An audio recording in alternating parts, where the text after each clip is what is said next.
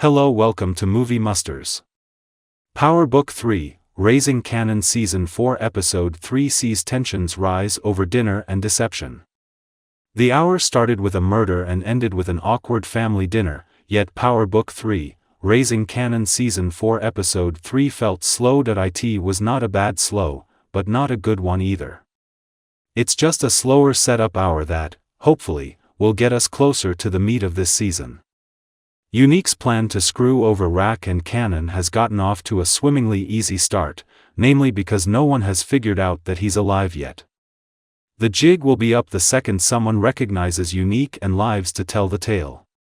While revenge has been at the forefront of his mind, he's also trying to get back what he feels was taken from him, which was part of the reason why he went to the restaurant. Unique lost everything when he was left for dead, and he essentially has had to start over.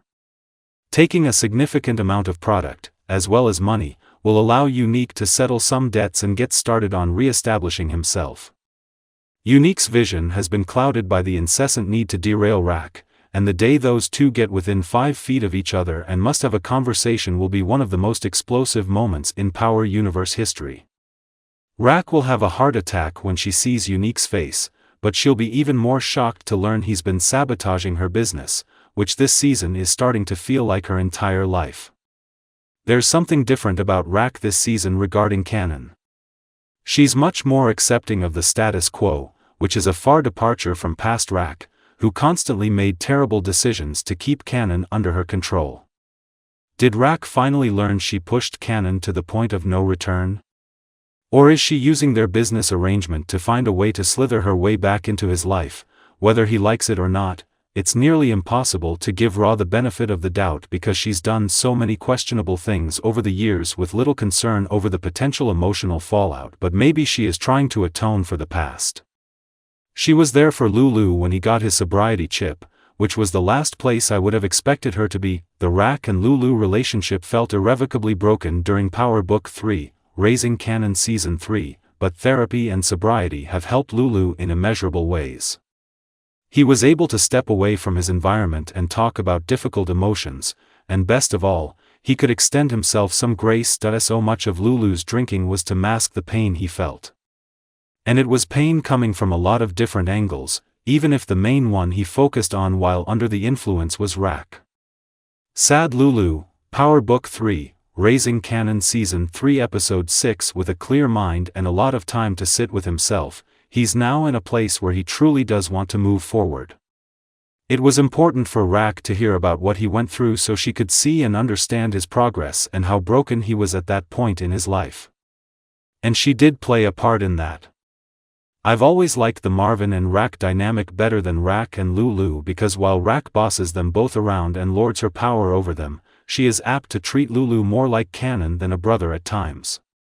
At various times, it felt like Lou-Lou had little agency in his life. The best thing for the two of them was for Lou-Lou to get out of the business and find something he could be proud of. He's never walking out of that meeting arm in arm with Raq if he never cuts ties with everything from his former life. I've never shied away from not exactly loving the music aspect of the series because it has always felt far removed from everything else. The Power Universe loves to have many different storylines gestating simultaneously, and that's usually okay, but the record label and music stuff always felt a little forced and unengaging. Nothing about Birilla and his journey to speak his truth via music is moving the needle thus far. But it's nice to see Lou-Lou with focus and drive. It looks good on him. You know what also looks good on someone? Jukebox being her true, authentic self. Jukebox has always been herself, for the most part, but she's still a kid, and she's felt the pressure to perform or be someone she's not for the sake of her peers or even her parents. Jukebox has never struggled with her sexuality and knowing who she is at her core, but that didn't mean she was always in environments where she felt free to be herself. Part of the reason she ended up leaving the army was due to how stifling it was, on top of the rampant homophobia and violence that pervaded every single aspect of her experience. Her decision to get out was for the best because she realized she would again be hiding a part of herself to conform to her surroundings. And that's not who Jukebox wants to be. I love the idea of Jukebox figuring out what she wants this season. Getting back into school may be okay for now, and maybe that's where she'll eventually get the drive to pursue law enforcement. Or maybe she'll decide that's ultimately not what she wants, and we'll see her go a different way, but it's a change of pace for Jukebox this season to see her much more relaxed with herself and okay with not necessarily knowing what comes next. One thing that all members of the Thomas family are accepting of is not going backward. In their own way, everyone is looking into the future and what that could look like for them, whether professionally, personally, or both. I mentioned Power Book 3, Raising Kanan Season 4 Episode 2 feeling like the calm before the storm because everything was going along a little too smoothly for my liking. That it wasn't all sunshine and roses, but there certainly weren't massive bombs to navigate like we've seen in seasons past. But in this hour alone, Unique disrupted Raq's business. Marvin lied straight to Raq's face, and the dinner party from hell closed out the hour. The Thomas kids have complicated relationships with Joyce that we've seen throughout the series, and perhaps none more than Raq. Joyce's brand of tough love came across more like disdain. She never missed any opportunity to let her children know that they disappointed her or weren't the people she needed them to be. Raq, as the only daughter, felt that maybe 10 times more than her brothers, and so hearing that Joyce was dying over a family dinner was a tricky thing for her to accept in that moment. Her reaction was raw and extremely real.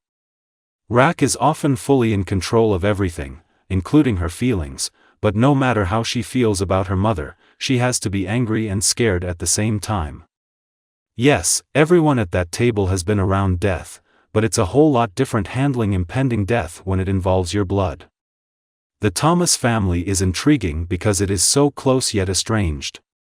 They would die for each other and protect each other, but they keep so much inside and aren't open with each other. Joyce's illness could force them to actually talk and to get honest with one another in a way they never have, but it could also start to be their undoing, as well. None of them have been known to always handle their pain in the best ways, and the eventual loss of Joyce will be a difficult thing for them to handle. Everything else you need to know: Kanan and Crystal have no business living together, but Kanan has met his match in Crystal. She's the most in tune with him of anyone else he's liked throughout the series.